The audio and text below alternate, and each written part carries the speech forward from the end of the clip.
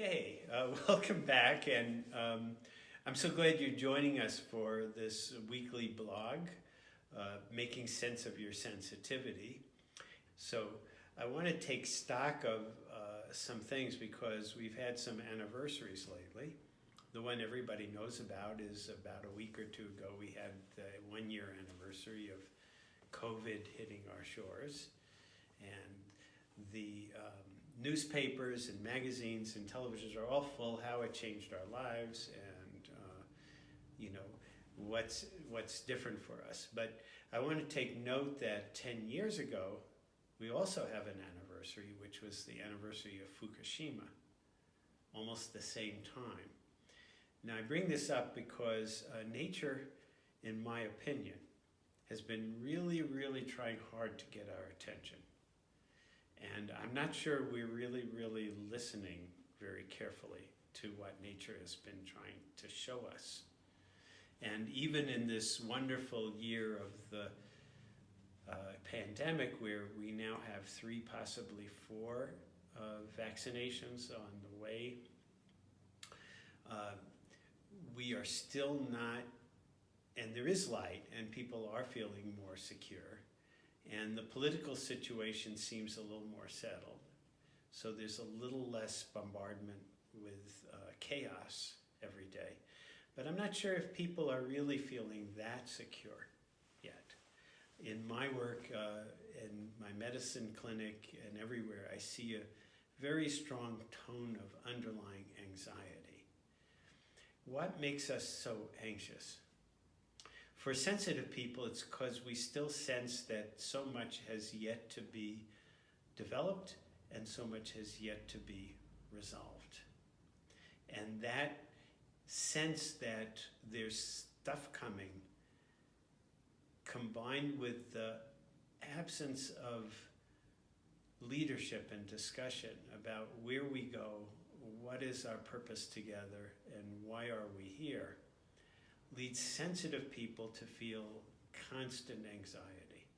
Not just your mind, but your body has the feeling that it isn't really safe and its owner doesn't really know how to make the body safe. So that can happen, of course, from your childhood and from your parents, but I'm saying that at this particular time, there's still a great deal of intensity that's unresolved. So I want to talk about the future and where we're going and what I believe to be the way forward, or at least a way forward that's healthy. So one of my favorite philosophers of the time this week is Yogi Berra, the famous catcher for the New York Yankees, who famously said that prediction is very difficult, especially about the future. So here we are delving in a little bit into that area. So let me recap. In my writings, in my talk, I've said that this pandemic is not just about a virus. It's about where we are in the world. Just to review, Pluto has come back into its orbit. The planets in our nation are more or less in the same position they were on July 4th, 1776. So particularly for those of us who are tied to America, we are at a tremendous karmic moment. And if we're here and we think that our life is something about more than us, ourselves, then this is the time. We are here to do a job, and our sensitivity and our agency can be put to great use on behalf of all humanity as well as yourself. In accord, in attunement with Mother Nature and the life force itself. So I said that first there was going to be a virus, then there was going to be a pandemic of fear, then a pandemic of distraction, and then also dispiritedness and self-blame, and we're all in the middle of that in particular. But I also want to say that we are also beginning to see light coming through and coming out of it. Between that and the light returning is the period of standstill. In this period, we start to feel there's no way out. And after all, while it's true the election seems to be settled. It's true that the vaccine is on its way. It's also true that very angry words are being bandied about everywhere in the world, between China and us and Europe and England and Middle East and Australia and China and India and China and Iran and Saudi Arabia. This is not a settled world. This is not a world where people have an anchorage into their commander-in-chief, into knowing where they're going, what home is. This is a world where people are trying to figure it out on the fly and not necessarily using their best motives. So this is not a settled world, and there's a lot of Mercury and Mars in the picture and eclipses in the picture, and we're going to be going through a lot of intensity in the next month. And hold on to your hats, because it's possible there could be some really nasty things to behold in the world. I only say this not to scare you. Spiritual people are not people who put their heads in the sand, but just to prepare yourself. So if something should happen, then you go, oh yeah, I'm kind of prepared in a certain sense for it. So this standstill period, we're going to be saying, we did all of this, we did all of this, we did all of this, and we don't feel secure, and nothing really is completely settled, and I don't see the way out. Then finally, maybe, people will turn to their inner guidance, their omniscient, omnipotent, and omnipresent self, big S self, and finally say, you know what? I have thought this through, I have worked this through, I have debated this through, and I have no idea how to get out of this mess. That is the opening of enlightenment. Finally admitting that we really don't know who is the right side, the wrong side, the right way, the left way. We may understand the principles, but we don't know how to get there. And if we actually turn to something much bigger than ourselves, much wiser than ourselves, and say, help, then it's like we're not in the wrestling rink with 5 other wrestlers and there's 3 people waiting for us to tag them to come into the thing. We finally have reached out and tagged for help.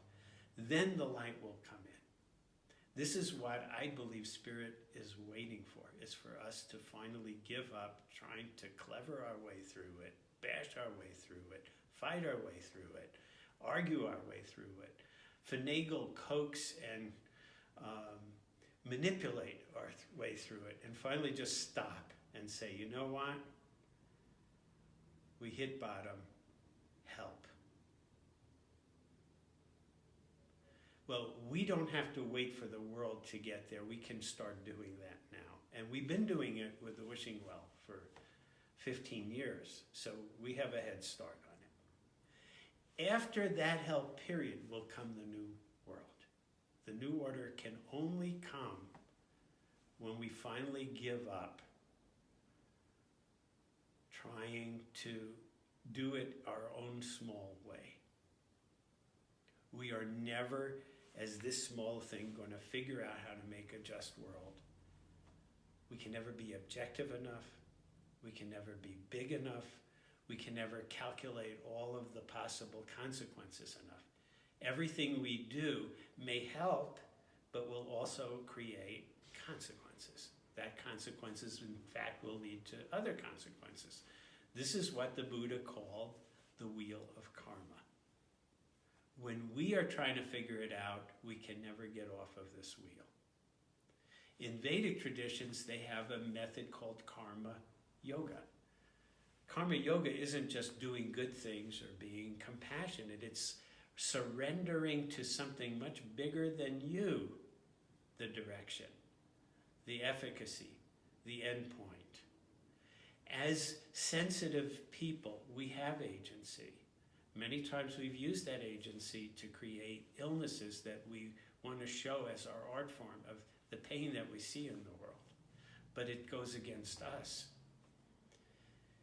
How about let's do something with that energy and sensitivity to go out of ourselves, partnering with something much bigger than ourselves, and completely giving up the notion that we are going to know and have the effect in the world that we would like to see. So I know Gandhi famously said, be the change you would like to see in the world, and I'm not going against it. But how about let's be the change Spirit would like in the world? And then we'd have to say, we don't know what that is. So every morning I personally wake up and I ask Spirit, okay, what's my assignment today? And I do my darndest to fulfill it. I have no idea whether it's going to save the world, heal this person or that person. I'm just trying to be a loyal servant. I also get up and, say, please, I'd like to atone and bring together any ways that I've offended, any ways that I've taken offense, whether I've been willing about it or it's been unclear to me that I've done it, whether in my waking life or my sleeping life or my dreaming life, or even through my inaction, I have failed to do something. If you do that twice a day, you will clear so much karma. And I guarantee you, in the way that I can guarantee you, you will make a big down payment on clearing up whatever illnesses or difficulties that you have in the world. It's hard to move forward when we are carrying so much.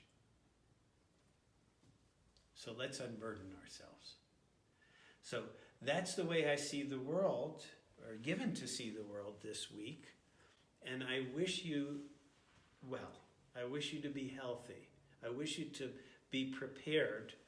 But most of all, I wish you to feel the love, the attention, and my great desire that you become at peace.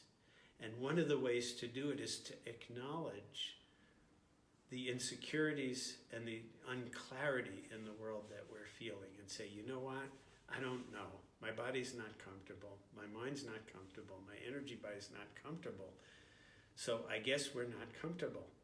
And I have to surrender and accept that I'm going to do today what light has given me to do in my best thing. So you have a great one. I wish you totally well. And may all beings in all the worlds be happy.